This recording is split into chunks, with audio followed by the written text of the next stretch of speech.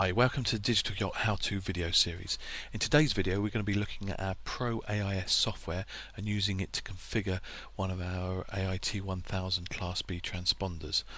Now unfortunately the proAIS software only works on a Windows PC, but don't worry, if you want to use the AIT1000 on a Mac or a Linux PC it will work quite happily with those, but this initial configuration and setup, which you only have to do once, will have to be done first of all on a Windows PC.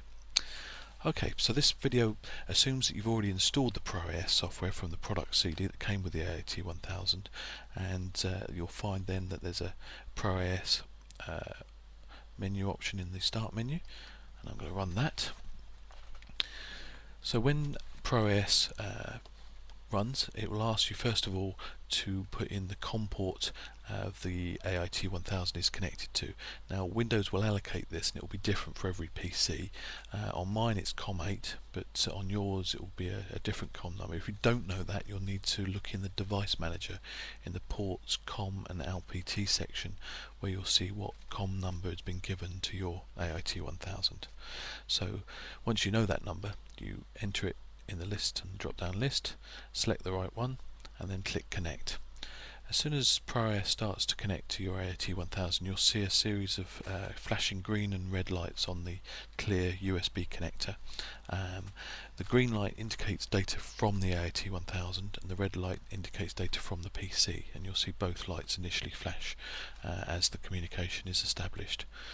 Then it will settle down and it will just be the green light.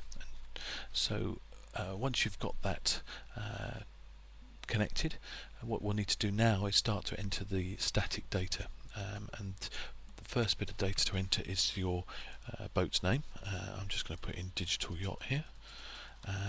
Then next one is your VHF call sign. Now I don't have one of those, so I'm not going to enter that, but if you've got that, enter that in the call sign box. And then the important bit, which is the MMSI number. I'm just going to enter my MMSI number quickly now.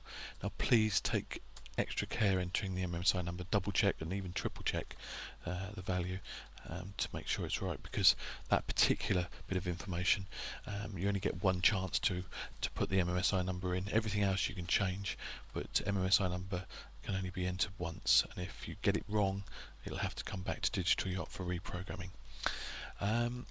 Okay, so I'm going to select the vessel type sailing for a yacht. Please don't change these board rate settings, 38,400 on the RS232 or NMEA output, because those are the correct settings for AIS data. However, if you've got this third drop down box, if you haven't got this third drop down box, it probably means you've got an older version of software in your AIT1000. You might want to think about getting that updated. You can contact Digital Yacht to get that the latest software file. But if you have got this drop down box and you've got let's say an instrument system connected to the AIT1000's NMEA input or a heading sensor, then you'll need to set that to 4800. Right, next is the ship's dimensions. So this, you need to enter these as accurately as you can, and note that these dimensions are for the GPS antenna. So wherever you've got the GPS antenna on your boat, you'll need to measure the various dimensions. I'm just going to set those up now. Finally, the last bit is the silent switch. A lot of people now are fitting silent switches to Class B transponders. Benefits of this means that when the weather is great and there's good visibility and you're not in a busy shipping area, you can set the unit to work in silent mode, where it just receives and doesn't transmit, and that means that you don't get loads and loads of Class B AIS targets on the screen. And I think you'll find in the coming years that an etiquette of always putting your unit into silent mode, except in bad weather conditions, bad visibility, or when you're crossing the shipping lanes, will start to be adopted by most people. So assuming that you've got a silent switch fitted, then you'll need to select the make external switch to enable silent mode. So when you turn the switch on, it will stop transmitting and be in silent mode, and when you switch it off it will start to transmit again. And that's it as far as the main settings are concerned. I'm going to save those now to the AIT1000. And you will get this warning popping up just asking you to check once more that your MMSI number is correct. Just double check and then click yes, and then you get confirmation that the transponder has been updated. Now we can go to the diagnostics page, and you'll see here that it sees that we've got an MMSI number set up. We're getting a GPS position fix. We haven't transmitted anything yet, and that can take between about I don't know, anything from 30 seconds up to about 3 minutes before it transmits its first position. So that's why you've got this yellow TX timeout. But we are receiving data. Here we go. We've received 285 targets on channel A and 240 on the other channel B.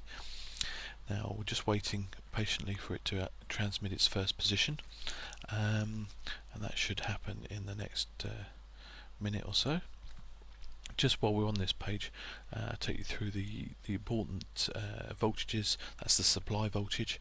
That needs to be above 10.6 volts for correct operation. In fact, while I've been talking, you'll notice that the green lights come on. We've got 4 ticks, which means that all the everything's working correctly and that we've transmitted our first transmission report, and that will gradually increment.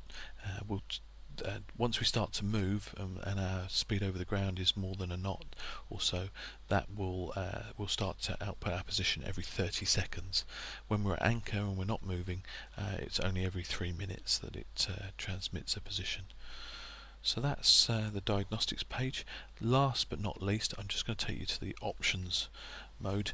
Now, I always recommend people to set the output GPS data to every second. Just means that whatever you're connecting to is going to receive the GPS data at the best possible frequency. And also I always turn on the enable WAS, which is the wide area augmentation system. It means you'll get much more accurate GPS location. So let's put that to update, and if we now go back to GPS status, you'll see that we're getting good signal strengths on all the GPS satellites, and if you see a blue bar like that, it means that that's a new satellite that's detected. It's not started using it yet for navigation, but it will do if necessary. And then these red bars are the WAS and EGNOS satellites, which it's using to get that extra level of accuracy. So really that's about it for proAIS. We will have another video on proAIS which is talking about the diagnostics capabilities of proAIS, so look out for that. I hope you've enjoyed today's video, and thank you for watching. Goodbye.